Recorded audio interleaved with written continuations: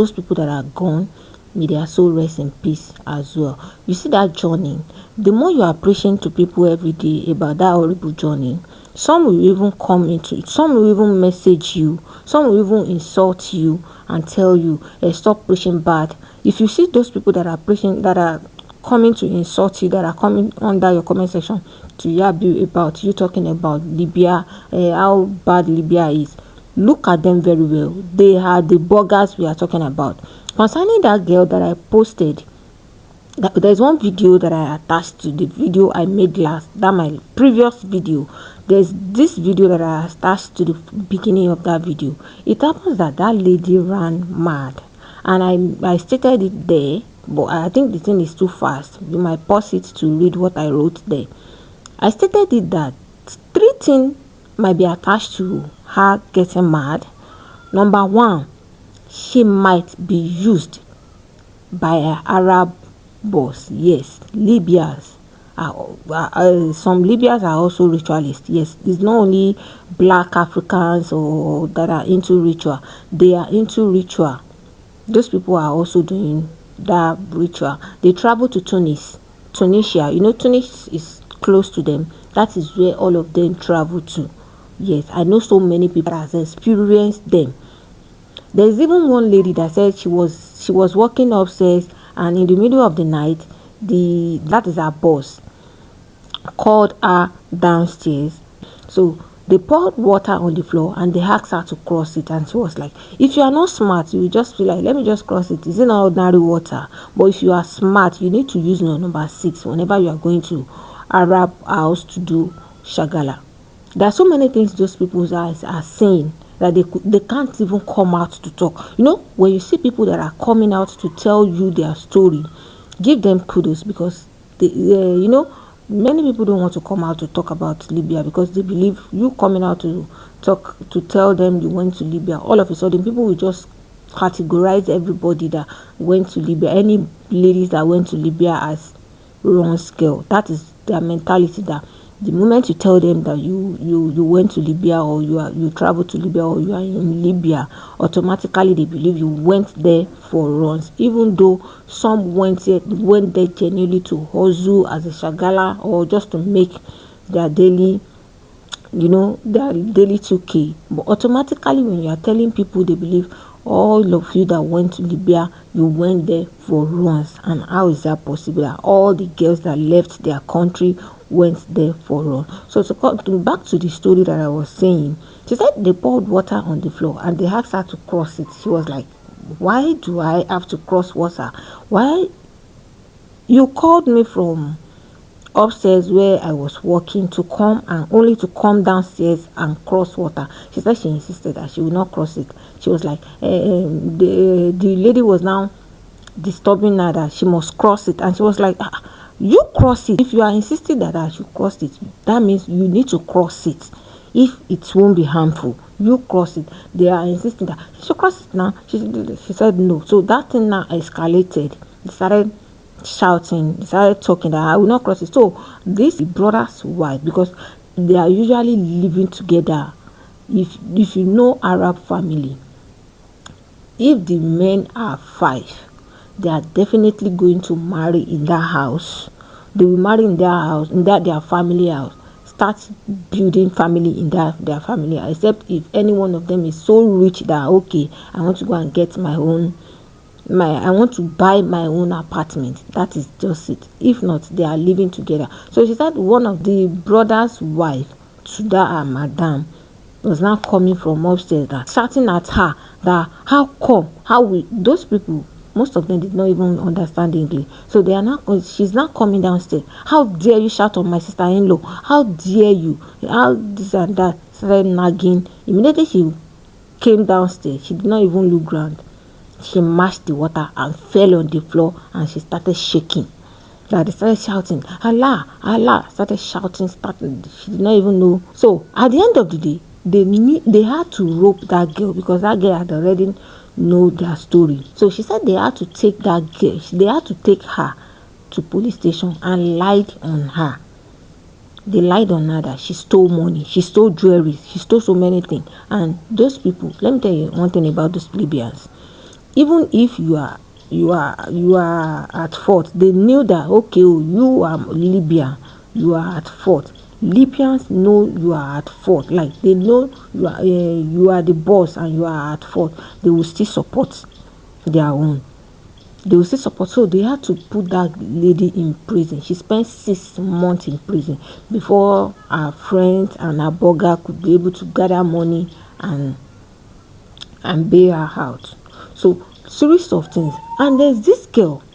This one is not even someone that is far to me. So in the apartment we are living in Libya, I don't know if I will see the apartment to attach to this. So in that our apartment, it's 2 bedroom and it's a shared apartment. So we are using one room and another person is using one room. There's that lady. The lady is also in Nigeria. She came to Nigeria before us. She's using one room. She's a single lady. Me and my man, we are using one room. I'm talking about Tripoli. So on this day, that lady's sister had already traveled to UK. She came back to Nigeria before she traveled to UK. So there's one lady in Nigeria that she insisted on coming to Libya to us. So she came and she was handed over to that lady that is in that our apartment. So that lady was there for a few days. She was taken to where she would start working. So she started working for, okay, she will be paying whenever they take any girls in or any man in. You will be paying them.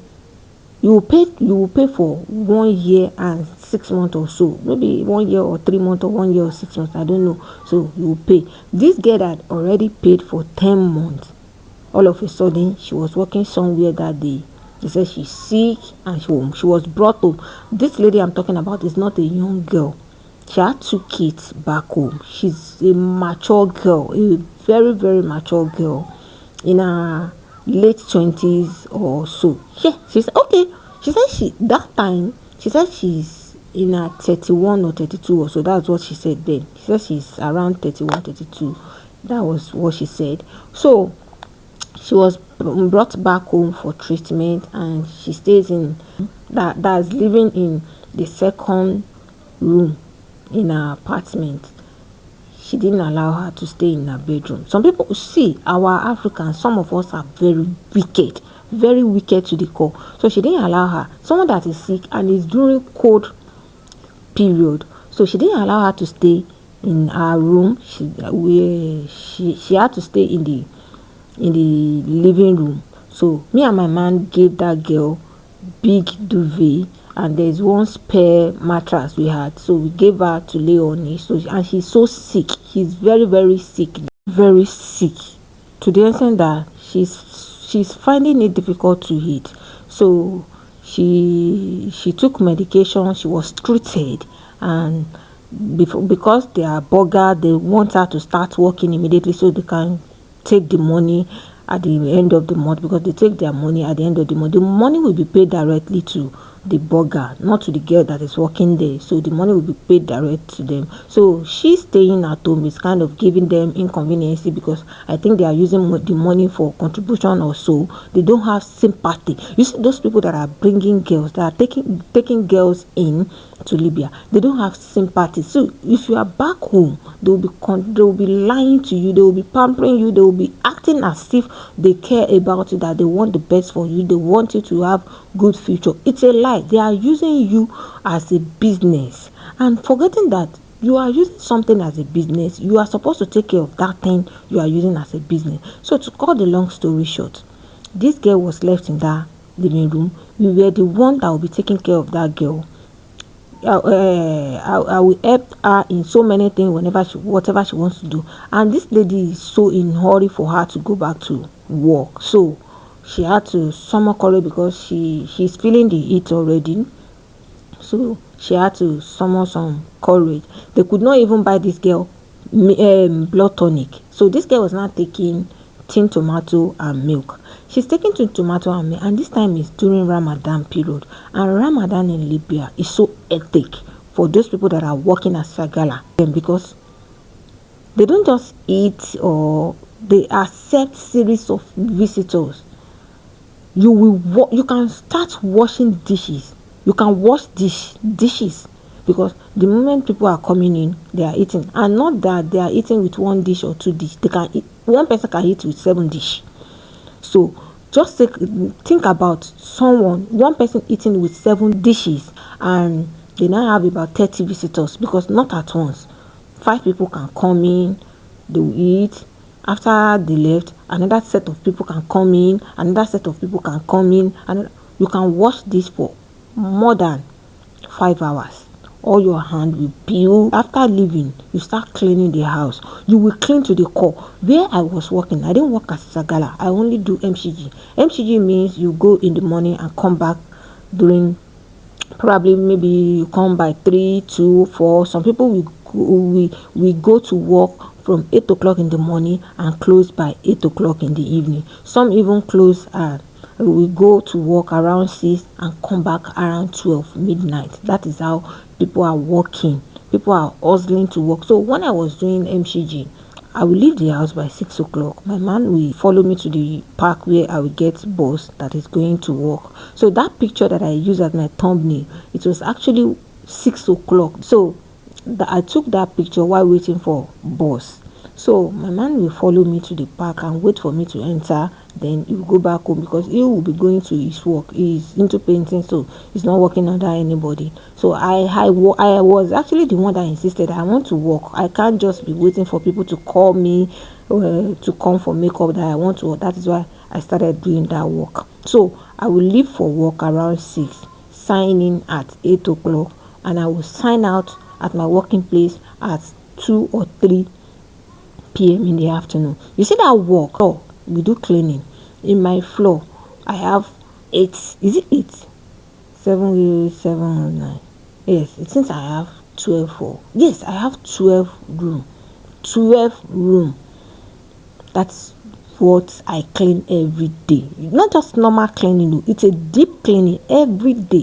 What you did yesterday is what you will do today. You will bring out those bed sheets, spread them.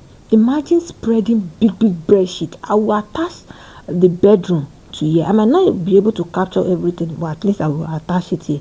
You will spread the bed every day by day. You will change the bed sheet. Yes, you will do deep cleaning. That my boss then will lie down and dip his hand under that bed to check. If you pour water to clean it, you will check his hand like this to confirm. If you did not do it, you will continue again. You wash it every day. You wash toilets without that chemical. At some time, whenever I'm sneezing, I sneeze blood. Sometimes, so many things people are facing in that Libya. So this girl, she was feeling the heat, so she decided to start going. I was not asking her. Whenever the girl is not there, I will ask, are you sure you can do it? She said, I can see what she's doing, that she needs to go back. Me and that lady, me and that burger, we are working in the same place. So someone behind, there's one house behind our office. So the lady said, one of the Arab lady there said she need shagala that will be working for her. So they concluded on a month. So that amount was higher than where she was working, whether that girl was working before. So she was like, she want to put the girl there. So that is why she has been hurrying that girl so she can go back to work. So she brought the girl to work. She started working. Someone that is not healthy, someone that is not fine.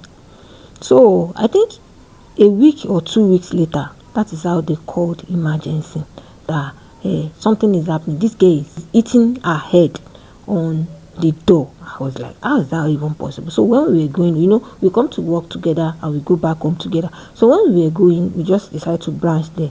The Arab woman is insisting that she should come and take the girl home because they don't understand what is going on. So on getting there, we saw the girl. She was looking so rough. She was looking unkempt. She looked somehow. I was like, what is going on? I could not even talk, so she wouldn't feel like maybe I have been talking to the girl or so. So I just mind my business. So to cut the long story short, on our way going, this girl was just doing somehow. We brought the girl home, and she started feeling somehow. She started doing somehow as if something has happened to her. She's not getting herself. To cut the long story short, 3 days later, this girl decided to take that girl to one man it seems that her sister that is in UK wants her to take her to somewhere more comfortable. Maybe if that place is not comfortable for her, so they want her to take her to one of our African brother. On their way going, that is how this girl ran away. Not just ordinary ran away. She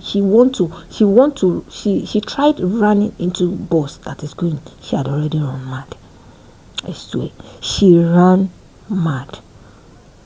For 3 days, nobody sees her. So someone now called her. Okay, the so person. When they ask her question, she's kind of doing off and on, but she mentions so person, and they went to the place. On getting there, they saw the girl. She was doing anyhow. She had already ran mad. So they could not bring her home. No one could take her in. So they decided to take her to IOM. So that IOM is more like, you will know IOM. If you are learning, you should know what IOM means. And you can even search it online. I don't want to take much time interpreting or explaining what it does. They took her to IOM came with the ambulance to take the girl, at least to take her. So that lady, our neighbor, followed her there. They took their details, everything. They took it. So she said she will be coming back. They asked her to come back and check on that girl. So she didn't bother to go because she was busy working. Like she said, she was busy working and she couldn't go and check on that girl. So this particular day, someone called from home that her father says she saw so person in his dream. That where is she? She want to. That the father said he saw the girl in his dream, that he was peeping, and probably she wants to tell him something, so she should please give her the phone. You need to talk to. So that was when she said she is working. I will go there. You talk to her. You will do this. You do that. She took the girl there for a week. She didn't go back to check on the girl. It's more like hospital. You took someone to hospital. You gave them details. You gave them everything. The name of the girl, everything. On getting there, that is how she decided to. Let me just call the man in charge of the girl. When I went to her, that is how she called, and she was informed that they already killed the girl. You know what they do there? They will inject. If they notice you are doing somehow, or they don't want any migrant to come to their country and run mad or do all sort of thing, or this, or maybe you are sick and the sickness is beyond, or you have hepatitis B, you have HIV, you have whatever disease or anything, they will inject and buy the person. That is how they inject the girl and buy her. They say they've already bought the girl since the girl has already died since a week ago. That is how a lot of people are buying. A lot. See, these people, they are into ritual. They do it a lot. Sometimes they'll say Africans are always the one that are doing. No, they always feel black Africans are. These people are doing it a lot, and they have this massive money that they are using. So whenever you see anyone that went into Arabhouse and come back safely, be thankful for that person. So some things are going on. So many our Africans will sell their African sister or African brother or to make money. They will call you for a job. There was a lady, a friend, a colleague to my man. They work together. So there's this one of his area sister that called her one time. That bros, I'm looking for a house. So says, I don't have house, but if I see any vacant house, I will call you. So that bros was now calling the girl. He has been calling the girl. The number is not going through. He called for like a month or so. The number is not going through. So after some time, he saw the girl. Was like, I saw one house. I was calling. That is how this girl narrated this story. I was there. I was standing there when she was narrating. She did not even lie. Most of these people will lie. They will lie to you. This girl did not even lie. She said, she was taking. Someone called, like one of her friends. Is a man, one of her friends that she knew this person so well that he's more like a friend to her. They knew each other from way back, from their old house. They knew each other. That is how he called them one day. That I heard you are looking for a house. Okay, come. There's this apartment you would like. So she had to call her roommate, because there are two in a room, so she had to call her roommate that, okay, someone has got an apartment for us, so you take one room. She said the person says the house is 2 bedroom, we'll take it to 1 room. So that is how. So on getting to main road, they saw the taxi and the guy is inside. Okay, the guy is sitting at the front, so two of them would have to sit at the back. So they entered and he was like, okay, the guy was now telling them that, okay, this taxi man, that is Arab man, this taxi man is the owner of the house, so is the mudi. So they shall greet each other, the salam alaikum, salam alaikum. They start discussing. Okay, they are going. He said when they were on their way, this taxi man started speeding. He was like, where are you going? What is going on? You never still reached the house. What is that? Is how the guy now said, so I don't know, so you just had to keep short, this and that. That is how they took them to Oshofana. That Oshofana is where they are selling most of our into. They sell them there to do runs. They will sell them there. They said immediately you are entering into that girl says the day she entered into that house, that is how so many people are coming to test. This testing, I think you understand. This one will be like, I want this new girl, I want this new girl, I want this new girl. This one will come, I want this girl. These people, they say they are smelling. They are smelling. So many. Some of them did not even take their beds. And they are not white people. They are our Africans. They are our African brothers, our African sisters. Those are the people that are running that Oshofana. And just take a look at it. One of our brother, Nigerian brother, called someone that trusted you about house. You called her to inform her that you have house, and you sold those two to Arab. That is how they are doing. Our Africans, our brothers, our black brothers, what they are doing in that country is so horrible. You might be talking to someone, you might feel like this person is so quiet, so nice, so no. Don't trust anybody. You don't trust anybody. When I was there, I don't have friends. Okay, yes. I remember so well. All these things I'm saying is not what I'm fabricating. No, it's something that is happening to people around me. There is one girl, a friend of mine. I think I made mention of that girl in my first ever video where I was talking about how they burst into our house. That I was chatting this girl that police people are in our area and our area. If you don't understand, you go to that my first video and you know I spoke about that girl. And I don't want to mention her name. She's my friend. She's also into makeup and she fixed hair as well. She's a decent girl. She's a very decent girl and hardworking girl. As well, she's not into those rubbish things. That is why I like her. So we met where I went to work for a bride. And we both met there. She's also a makeup artist. So she also came there to work for those bridesmaid, and she's the one that fixed their hair as well. So she came there and she's so friendly. We were attached together and we started talking. We became friends. She's back home now. So what I was saying is that this girl, she and her elder sister and one of her sister brought her younger sister immediately after finishing secondary school.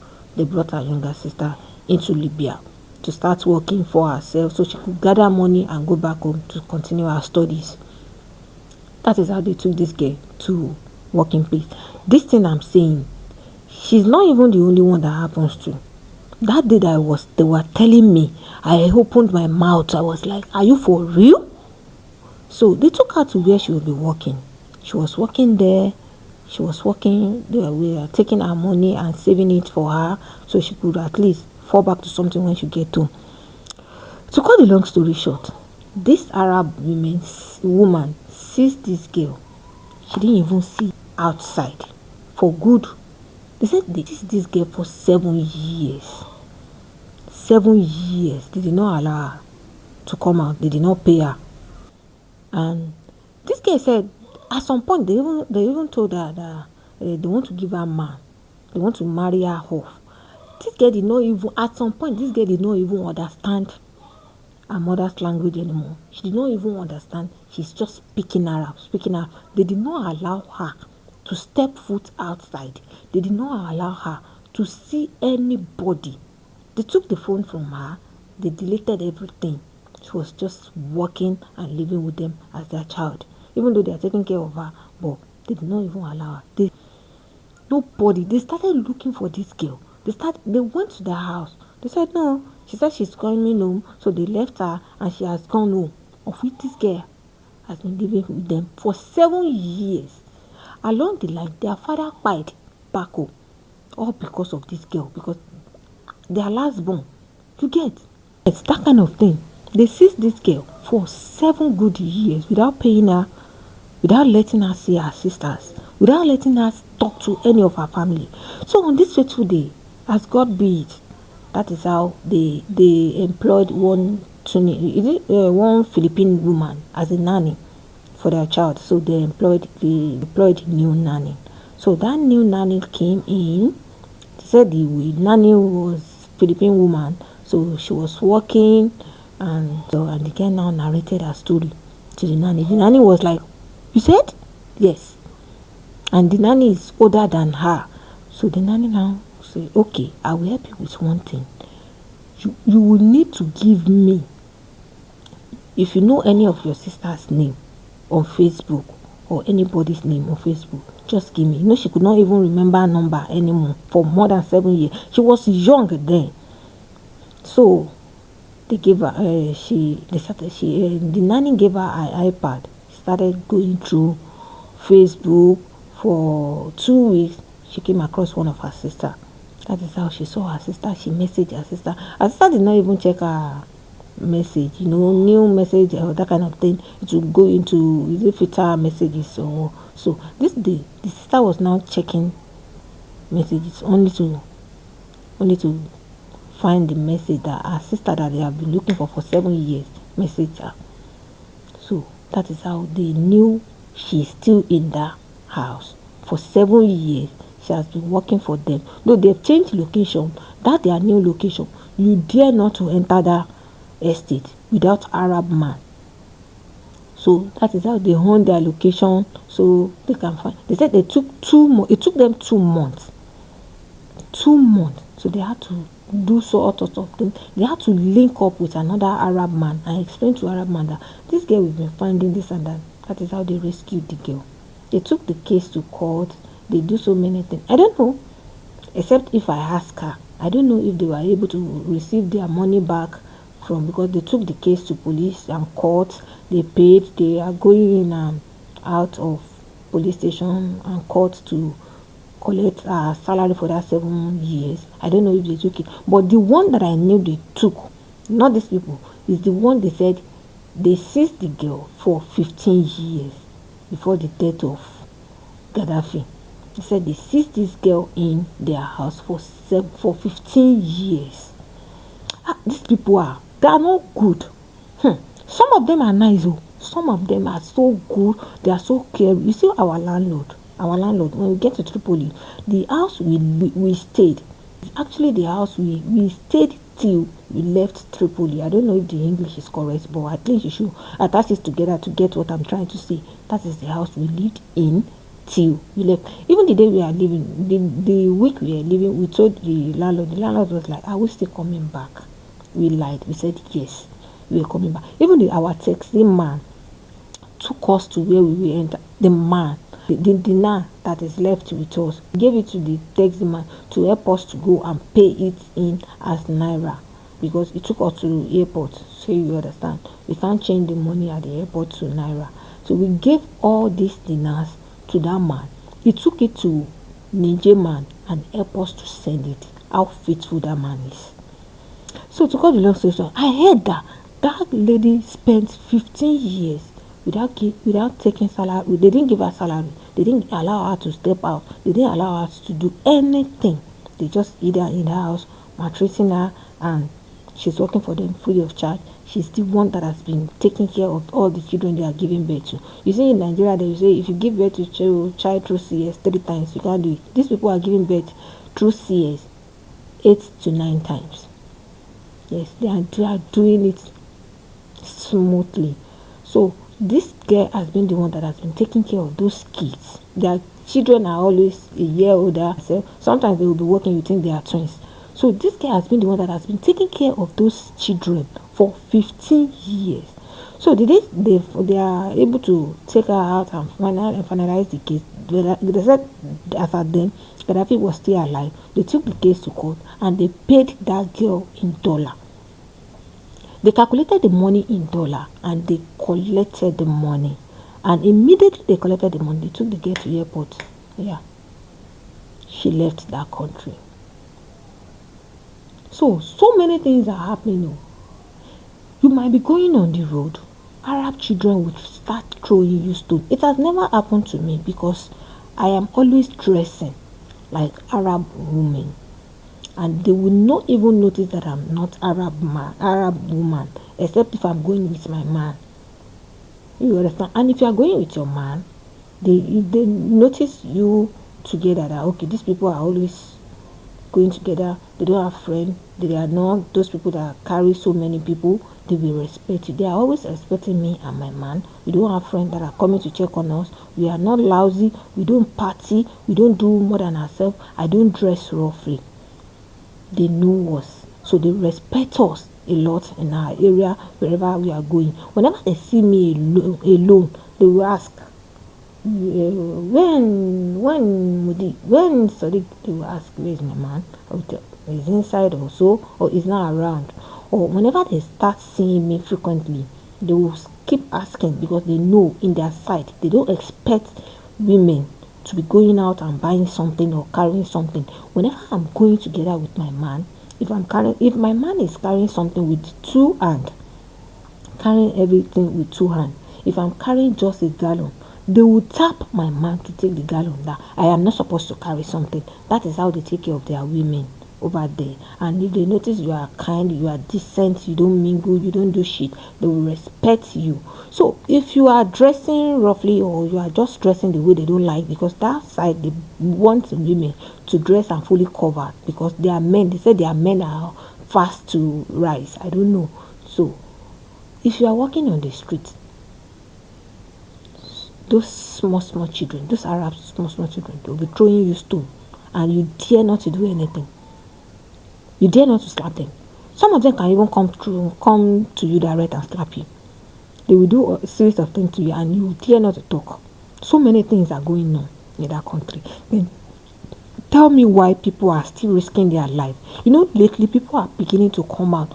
Those days people does not want to come out to talk about me in Libya, this and that. These days we are finally gathering courage to come out and speak and preach so people can at least save their lives.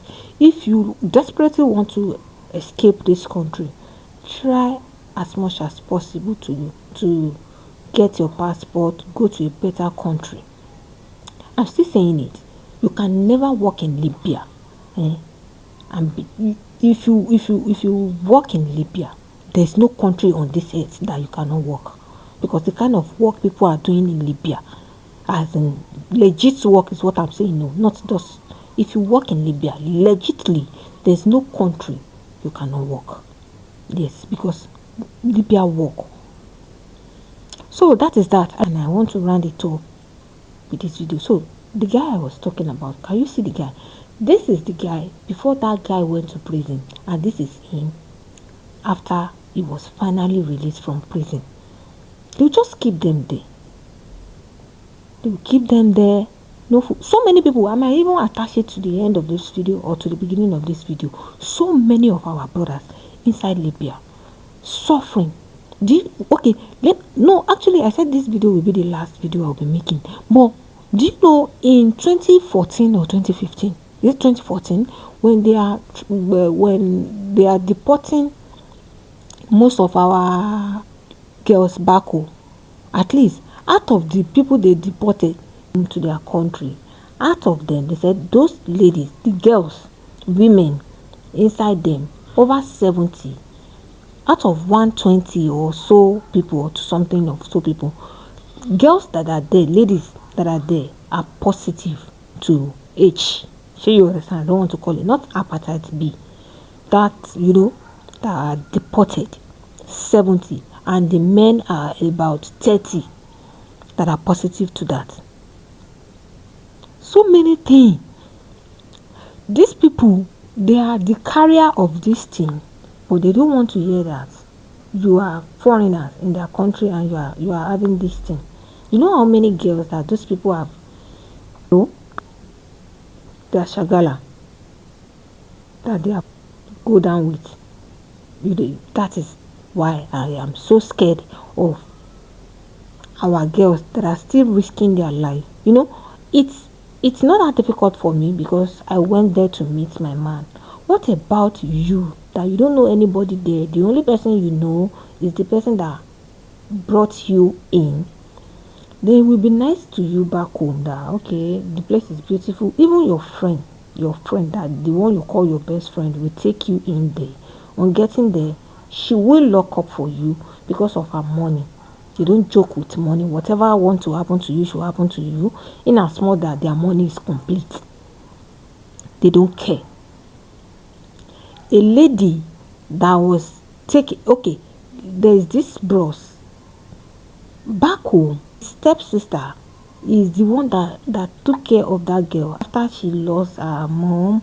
They lost their father. So this guy was the one that has been taking care of the girl, sponsoring her school fees and doing all sort of things till this lady finally traveled and left for Libya. So a few years after, she came back home to marry, to wed with her husband. They met there, and these people are doing this job of carrying girls into Libya, taking their money, taking money, more like travel. That is what they are doing. So they are saving money. Some girls are paying if they don't want to pay. Sometimes they take contribution. After paying for them, they will tell you to join contribution. They will even give some girls their money back. So many things are going down. So this girl and a man came back home to wed, and the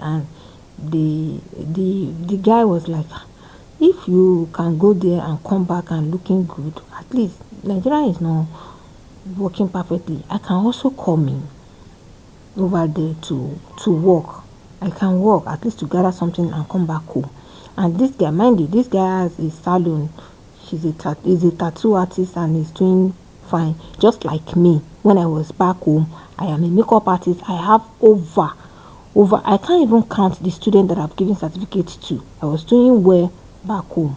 So this guy decided to sell all his stores. After the sister has gone back to Libya, he decided to sell all his stuff and move in. I told him, because it's someone that is close to me and my man. They didn't tell my man.